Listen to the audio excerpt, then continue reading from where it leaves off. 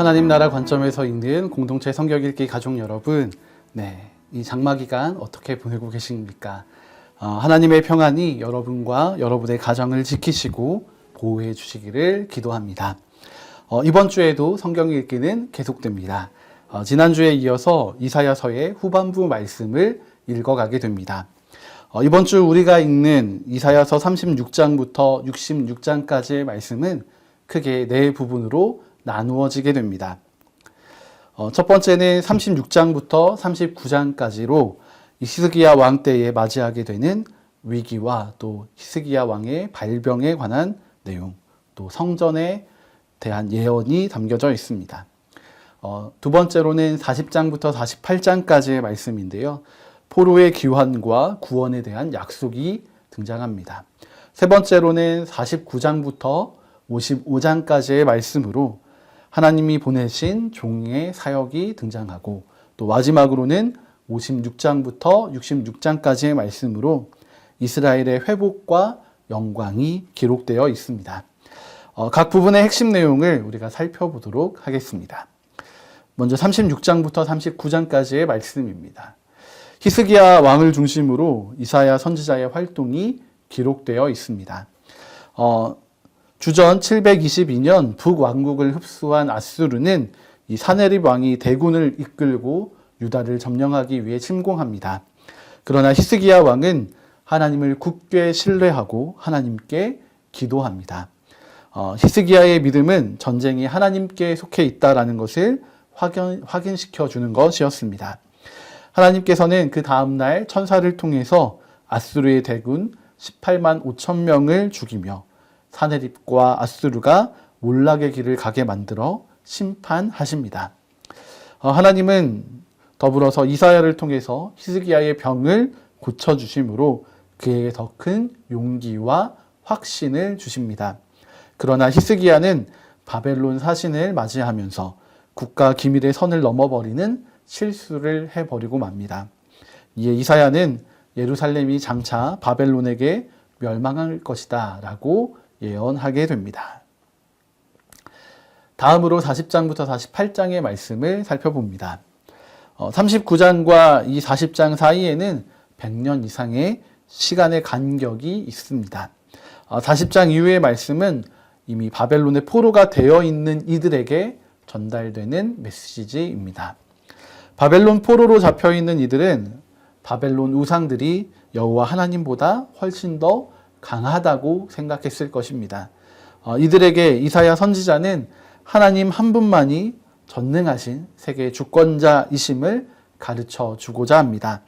특별히 40장부터 48장의 말씀은 이스라엘이 바벨론에서 해방되어 남은 자들이 고국으로 돌아오게 될 것을 예언합니다.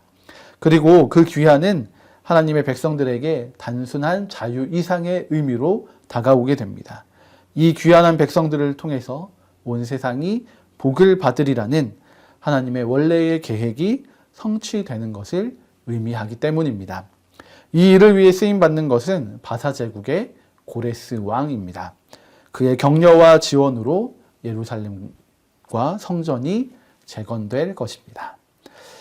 세 번째로는 49장부터 55장까지의 말씀입니다. 이곳의 주제는 이스라엘을 위해 고난받는 종입니다. 이스라엘이 이방 민족의 지배에서 해방되었지만 이들은 여전히 자기의 죄에 빠져 있습니다.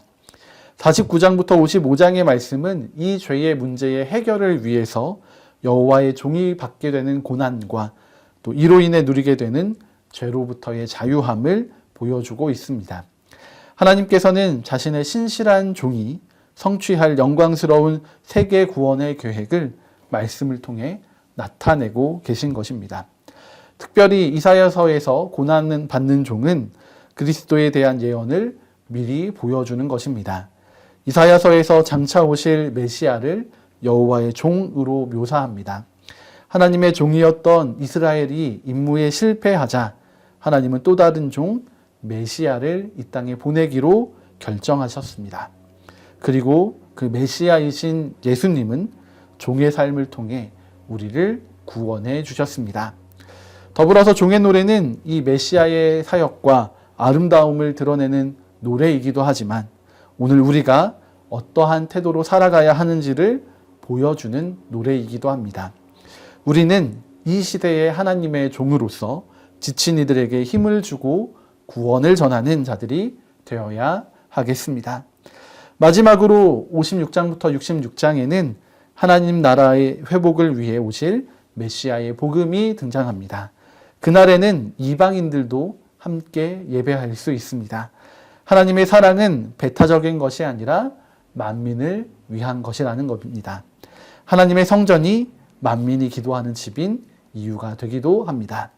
이 놀라운 메시아의 약속은 예수님에 의해서 성취되게 됩니다. 그리고 이 약속을 우리가 취하기 위해서는 해야 할 일들이 있다고 가르쳐 줍니다. 먼저는 우리가 우상숭배로부터 돌아서야 합니다. 그리고 하나님과 이웃사랑을 실천해야 합니다. 그리고 거짓과 불공평, 악의와 폭력으로 가득한 삶을 청산해야 합니다. 이렇게 하나님께 응답하여 나아오는 자들에게는 하나님의 약속과 축복으로 인도하는 안전한 길이 주어지게 될 것입니다. 그리고 마지막에는 시온의 영광스러운 날이 임하게 됨을 선포하고 있습니다. 이번 주간 우리는 이사야서의 마지막 부분을 읽어가게 됩니다. 우리의 죄를 위하여 고난받으시는 예수님의 발 아래에 엎드려서 주님의 고난에 동참하는 마음으로 회개와 감사로 이 말씀들을 읽어가시면 좋겠습니다.